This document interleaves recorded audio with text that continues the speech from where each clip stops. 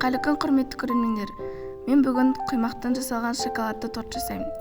Ол үшін бізге керегі 4 жұмыртқа және 250 грамм ұн және 3 қасық какао, 100 грамм қант және 650 мл сүт. Ең бірінші осылай ұнды салып алдым. Сосын какао. Содан кейін қант саламыз. Содан кейін өздеріңіздің ыңғайыңызға қарай вилка немесе венчикпен осылай араластырыңыздар. Араластырып болған соң жұмыртқамызды саламыз.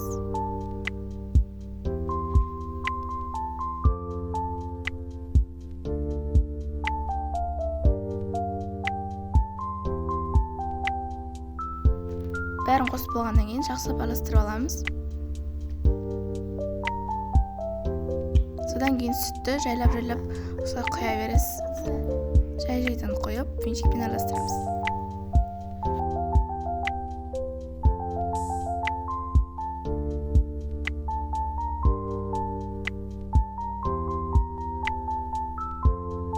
Әрі қарай 50 грамм ерітілген сары майды құямыз. Араластырамыз. Араластырып болғаннан кейін минималды түрде 15-20 минутқа қалдырып қойыңыз. Содан кейін осындай қоюлатылған масса шығады. Енді отты жағып, табаны қыздырамыз. Қызып жатқан табаға күнбағыс майын жағыңыз.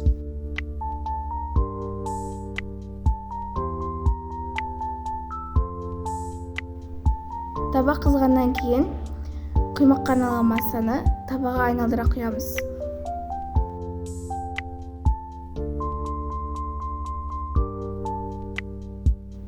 Құймақтың бір жағын пісіріп алыңыз. Bir жағы піскеннен кейін екінші жағына аударасыз.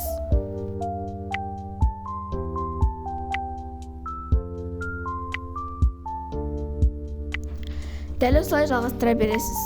Ендігі кезекте кремін дайындауды көрсетемін. Ең алдымен 280 грамм сүзбелі ірімшікті ыдысқа салыңыз.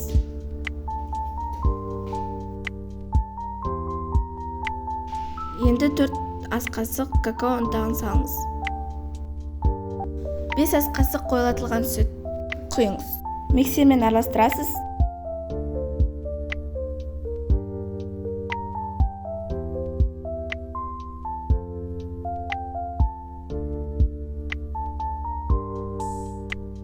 Нәтижесінде осында крем болу қажет. Торттың шеттері тегіс болып шығу үшін дайын болған құймақтардың жарты бөлігін алып, шеттерін кесесіз.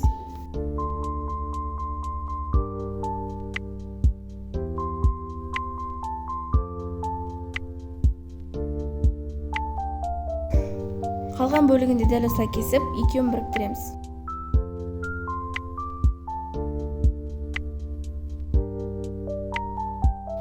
Басқа ыдысқа бір құймақты алып, кремін жағыңыз.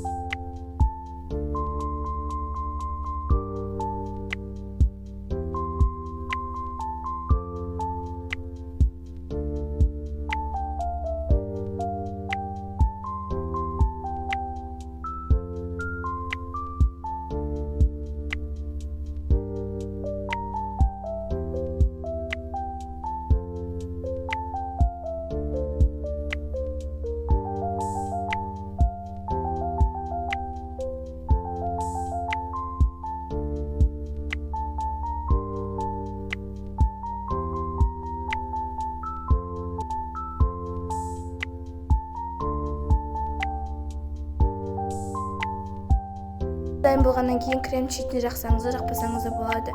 Кемінде 1 сағатқа тоңазытқышқа қойып алу қажет.